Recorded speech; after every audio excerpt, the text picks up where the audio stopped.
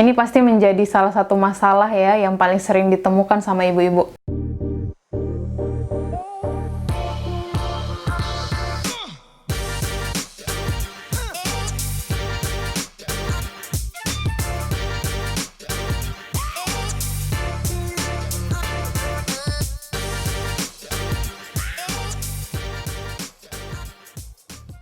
Assalamualaikum warahmatullahi wabarakatuh. Halo teman-teman, kembali lagi bersama saya Dr. Ninik di channel Dr. Uple. Teman-teman, saya ingin mengucapkan selamat Hari Anak Nasional. Semoga anak-anak Indonesia bisa sehat, bisa terpenuhi gizinya, bisa menjadi penerus tongkat estafet cita-cita bangsa ya di masa depan. Amin. Oke, berkaitan dengan Hari Anak Nasional, hari ini kita akan membahas tentang tips-tips bagaimana caranya menghadapi si kecil yang susah makan. Saya tahu nih, ini pasti menjadi salah satu masalah ya yang paling sering ditemukan sama ibu-ibu. Kenapa ya anak saya susah makan? Kenapa anak saya tidak mau makan? Kenapa anak saya makannya sedikit? Sebelum lanjut, subscribe dulu yuk!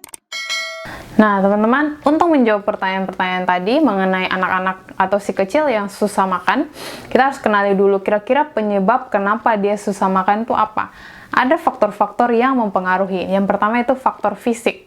Faktor fisik ini maksudnya faktor dari anaknya sendiri. Apakah dia lelah, ataupun dia sakit, atau dia memang adalah seorang yang pemilih makanan. Itu harus kita kenali. Kemudian faktor yang kedua, yaitu faktor lingkungan makannya. Apakah posisi duduknya itu sudah nyaman atau tidak, kemudian apakah ada perhatian yang teralihkan misalnya dengan televisi maupun gadget ya. Kemudian faktor yang ketiga itu faktor dari makanan. Kira-kira makanannya itu disukai atau tidak oleh anaknya, rasanya itu bagaimana, cocok atau tidak, teksturnya makanan itu bagaimana, cocok atau tidak dengan anak itu. Kemudian porsinya. Kita kadang-kadang suka memaksakan anak untuk makan yang banyak ya, padahal itu tidak sesuai dengan porsi makannya dia. Teman-teman harus ingat bahwa anak itu dia juga seperti orang dewasa, punya pilihan, punya perasaan sendiri. Hanya kita sebagai orang dewasa harus mengarahkan dia ke pemikiran-pemikiran yang baik.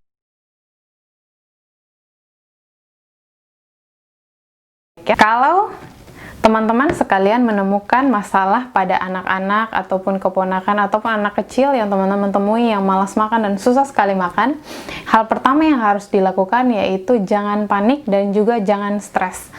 Tetap berpikiran positif, tetap tenang ya, sehingga kita bisa menentukan nih kira-kira arah plan kita tuh bagaimana. Kalau misalnya kita tidak tenang ya, kita panik, kita akan menjadi tidak terarah. Kira-kira plan kita untuk anak ini seperti apa.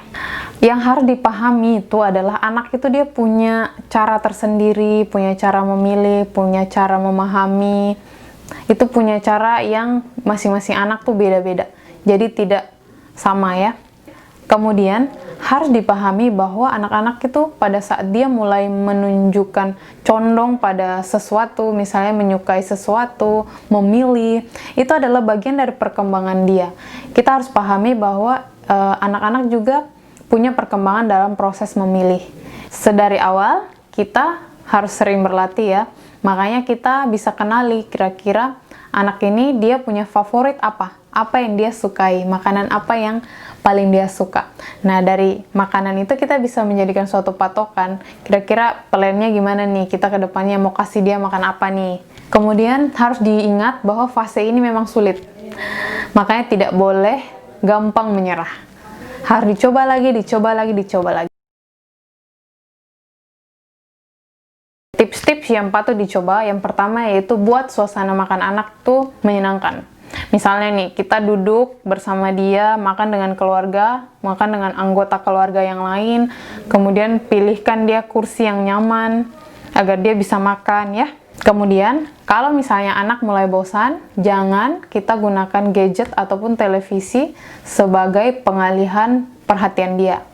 Kita boleh melakukan pengalihan perhatian dengan hal lain. Misalnya, kita menggunakan peralatan makan untuk dia yang berwarna-warni, sehingga dia perhatiannya tuh teralih ke peralatan makan tersebut, sehingga kita tetap fokus. Nah, untuk anak-anak yang sudah mulai besar, kita bisa melibatkan mereka dalam proses pembuatan makanan. Misalnya memasak bersama dia.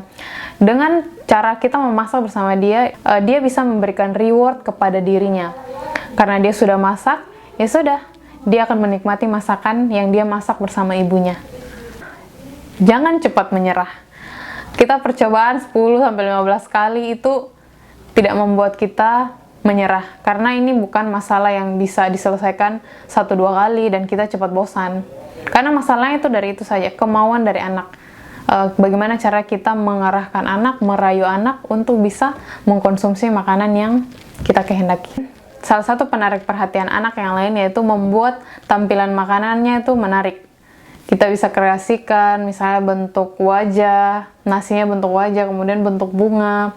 Itu bisa menarik perhatian anak dan membuat minat anak itu meningkat untuk menikmati suatu makanan. Jadi, ini melatih kreativitas kita juga. Kemudian yang berikut, yaitu kita harus mendukung self-feeding. Jadi, anak makan sendiri itu kita harus dukung. Jangan kita anggap bahwa makan sendiri belepotan dan lain-lain. Tapi itu sebenarnya merupakan bentuk usaha kita untuk membuat anak itu dia punya rasa ingin tahu terhadap suatu makanan, sehingga dia makan sendiri. Seperti itu. Pertahankan sikap suportif. Jadi kalau misalnya anak tuh dia mulai makannya mulai bagus, ya udah kita kasih reward, kita kasih pujian buat dia. Sehingga dia tuh, oh iya, kalau saya makan banyak, ya saya akan dapat pujian dari mama saya, papa saya. Oke, tips yang berikut yaitu kita bisa menggabungkan makanan yang baru dengan makanan yang sudah dia coba sebelumnya. Jadi anak-anak itu kan dia condong ke yang favorit ya.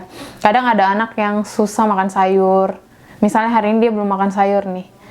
Dia belum makan sayur, besoknya kita taruh sedikit porsinya sedikit dulu. Kita gabungkan dengan makanan yang sebelumnya dia makan dan dia sukai. Kita taruh, kemudian anaknya cicip dulu. Ya, ini prosesnya lumayan panjang ya, jadi jangan menyerah.